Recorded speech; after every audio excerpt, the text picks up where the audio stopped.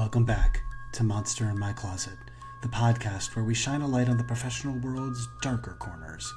I'm Anil Saxena, joined by my co-host, the founder of Medusas, Morgan Hunter. Each episode, we tackle the fears and faux pas that haunt our work lives, with insights, interviews, and a dash of humor, some stupid analogies, and probably swearing.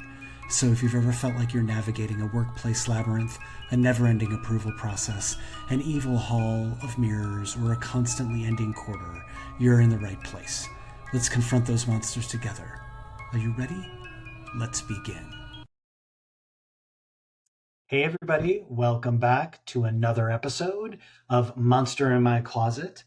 So Morgan, this week, are we scared or scary? We're scared. Let's do this. Let's scared. Cast out the demons. So this week, we are going to unearth the hidden costs of keeping the workplace charming, yet chilling underperformers. This episode guides you through the haunted halls of decision-making, where the fear of letting go meets the terror of holding on. So I don't know, that is very profound. So 3 things that we want to talk about today. So we want to talk a little bit about assessing the true cost of keeping an underperformer. Second, we want to explore ways to address performance issues. And third, we want to understand the ripple effects on team dynamics of having an underperformer that's a known underperformer. So what are the words that I'm trying to use here? So how do you balance the short-term benefits of keeping a charming underperformer against the long-term health of the organization? Wow. I don't know if there's any short-term benefits sorry. Yeah. It's a good thing I'm not a people manager anymore. I'm not sure who it benefits if someone is not being successful in their role, right? Yeah. Now, all joking aside, you without going through the process, right?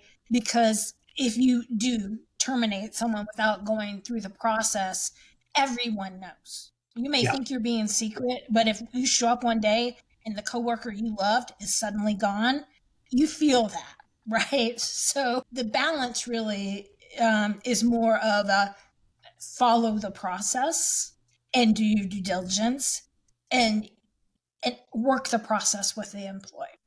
And if you get to the natural end and it's not a fit, then you got to be willing to make that decision. I mean, that is such a good point. So the reality is that everybody knows who is performing at what level. Like that's not a secret to people in the organization. If you have somebody on your team that sucks the life out of what's going on around them, that can't perform at a high level, that doesn't understand what's going on, everybody knows. They're the ones that are asking questions that you gave answers to a couple weeks ago. And so it's no mystery, right, about who's kind of performing at what level. And yeah, I know, but they're so nice. They're so nice. Are they though? I mean, I think there's this misconception in my mind that you have somebody who is nice and they're not performing at a high level, and somehow that being nice is a counterbalance to underperformance, right? I mean, if we put this in, let's say, sports terminology. Now, I'm not a sports person, so I'm going to fuck this up, but let's just go with it, right? If you have somebody on a basketball team who can't play basketball, like they can't dribble, they can't shoot, they can't guard people, but God damn it, in the locker room, they're really funny. But they suck at playing basketball. How long are we going to keep them on the team? Really? Probably not long. So I think that's the differentiation, the kind of separation that we need to make in our organizations, that, there's your personality, which can play a role in how you administer your role. But it is not an arbiter of whether or not you perform at a high level.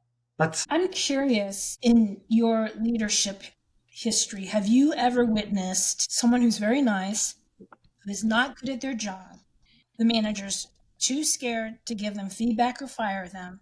So they go to their closest friend and say, I've got this employee who's looking for their next career opportunity, and they're really nice, and you should consider giving them a role in your organization. I don't know if it's just me, Anil, but have you ever seen that? yeah. I mean, I think there's a lot of euphemisms for that. You're like donating somebody, or Yeah, you know, yeah. you're doing something, moving them around in the organization. I worked with somebody like that in a previous role, and they had been with the organization for 8 years and had 12 different roles because they were like underperformers. They were always underperforming. And, you know, there's one instance that I remember as a peer manager that I worked with, and he was a really nice guy. And somehow, though, all of his work became mine. So he was a nice guy. He worked hard. He tried to get stuff done. But at the end of the day, he couldn't complete the tasks that were given to him. And instead Mhm. of doing something about him and his performance, my manager just asked me to pick up the slack. And at the end of the day, that's not a beneficial way to run an organization. So, how do you, in an instance like that, or in other instances where that you've had, how do you address that underperformance? What approaches can you take to rehabilitate somebody who's underperforming but likable? So I think you need to get your head in the right place first, right? Feedback done right is to the benefit of the employee, right? So keeping an employee in a job where they are underperforming indefinitely is not in their best interest, right? So it is, first of all, it's a good thing that you are doing. This helps the employee grow. So number one, you're getting your head in the right place. Number two, you need to talk to them like you would like to be talked to. You know, the kind of the golden rule thing. You need to lead with empathy, Mm, because no matter how bad they suck at their job, they're still human beings. And you need to like keep that front of mind. And then, as we said in our previous episode, come with feedback that's concrete, specific, and actionable, right? And then one of the things that I really like to do after I've given someone some really intense feedback is say, can you repeat back to me mm, what you believe the takeaway is? Like, I mean, you can frame it differently, but like, I've just given you a lot to consider. What do you think your takeaways are? Right. yeah, That way I'm checking to see if they've internalized what I've said and they really do understand what the next steps are and what they heard. And then following it up with an email recapping everything we said, specific actions, dates, follow up, etc. So it's very tidy, it's very predictable. It's not willy-nilly. Hey, we had this one conversation. I said you weren't doing your job, and the next thing you know, you've been terminated. You cannot do that, right? Unless it's something like truly, truly, you know, illegal type of stuff where you can absolutely fire someone immediately. But if it's performance driven, you need to work the process. yeah, yeah. And I think you hit the nail on the head to me that when you're thinking about performance and you're thinking about rehabilitating, which is such an interesting word choice, an underperforming employee, as the leader, it's imperative that you take a look and see, did I set something up in the environment or in the organization where that person slipped through the cracks? Did they underperform because I didn't set them up for success? Right? Right? Look in the mirror first. And Yeah. if you've done the things to kind of give them the runway to be successful, then it's incumbent upon you to give them a little more runway to help them get back up to a level of acceptable performance. So, like you were saying, right? Like, what's the 30, 60, 90 day, whatever plan? What are the specific things that you're going to have to do in order to meet that? And then what's the consequence if you don't meet that level of performance? And I think that that's so important because then everybody's on the same page, right? And everybody understands what's going to happen when things get turned around or if they don't. Yeah. Yeah. There was this time where I was doing 360 feedback. So someone said, "Hey, Morgan, I need you to give me some feedback on this person. They're underperforming, and we want to know what your experience is with that person because we've heard you say it's not a great." That is true. Maybe I did think this person was underperforming, but just the way that information came to me sent up a red flag. So I'm like, well, how is this information being used? Like, is this really or is this you're gathering evidence to terminate an employee? And so I came to understand they were gathering evidence to terminate an employee. And I said, then in that case, I'm not giving you my feedback because I do not believe this person has ever been told Right. that they're underperforming. Right. That I don't think they've been given explicit instruction at any point during their career at this particular company about what the expectations are, how things should be done. So I invited them to investigate that to see if she's actually been given feedback. And it turned out she had not, in fact, ever being given feedback. And here they were just like piling on, trying to like make the list of all the reasons they should fire this person. And she'd never gotten feedback because she was so nice. And her manager was also so nice. It's like, feedback is good, folks. Let's do more of that. That's really powerful because I think when you don't set the parameters of what success looks like and then don't set up somebody for success to reach those, and then don't tell them when they're missing things that are going to get them to be successful, that's on you as a leader. That's on you as an individual by not setting them up. If you've told them and they're still not meeting that criteria and there's no consequences, that's kind of also on you. And it's a little bit on the organization, right? Sometimes it's hard to get rid of people. But I think, one of the things that's interesting when you're thinking about like how does this impact the team? How does this impact the organization when you have somebody that's underperforming? And we kind of talked about this at the very beginning of the episode, but the reality is everybody knows that this individual is not pulling their weight. And it actually undermines engagement and morale of the team if everybody's being held up to a high standard, except for Gary. Now, if there's anybody who's actually listening to this and their name is Gary, I'm not talking about you. Gary, it's not you. It's not Gary. It's another Gary. It's another Gary. That's I'm resentful of Gary. Let me just say, like that's how I'm feeling in the moment. Gary's not pulling his weight. I am very resentful.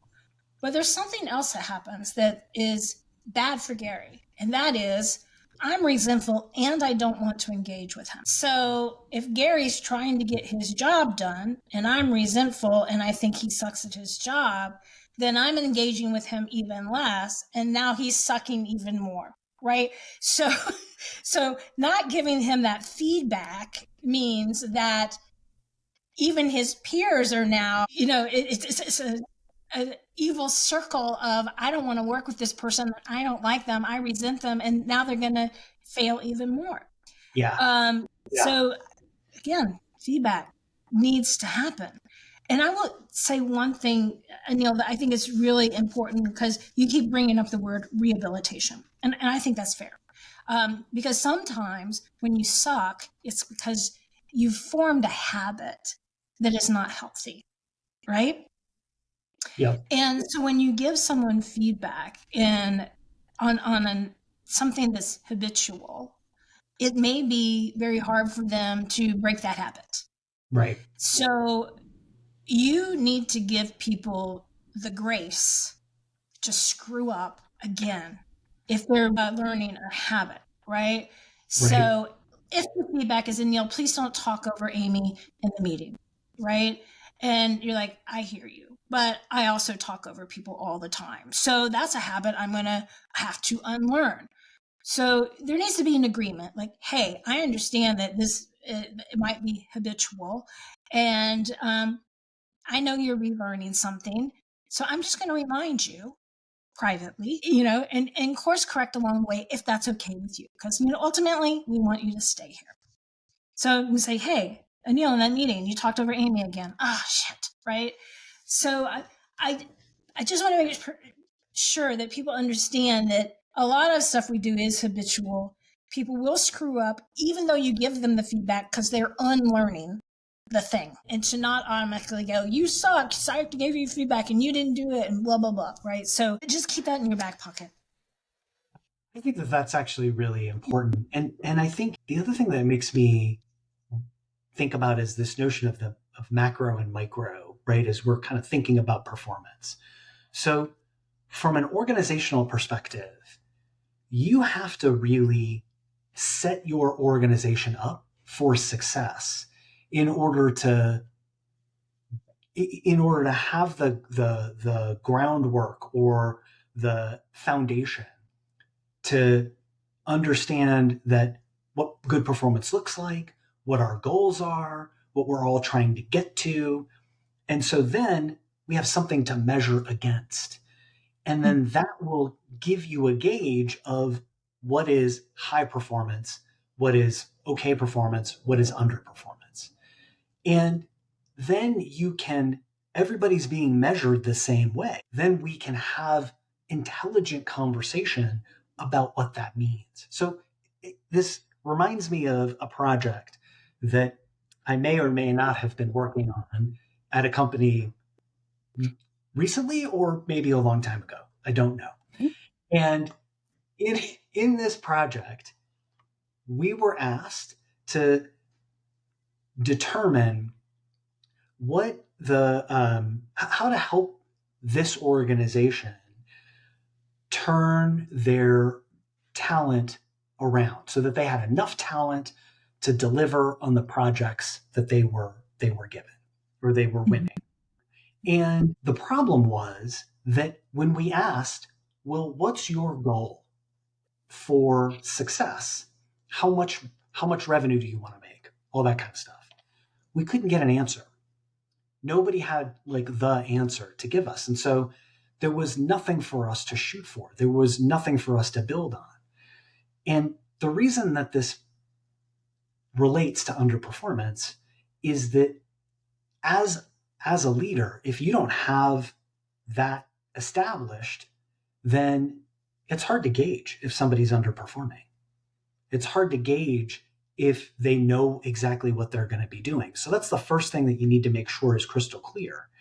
And then the second thing is that you have to make sure that when you set those parameters of what success looks like, if people aren't following those parameters, that's an opportunity to give them feedback about it and help them change their performance or have them do something different or leave the organization. Yeah.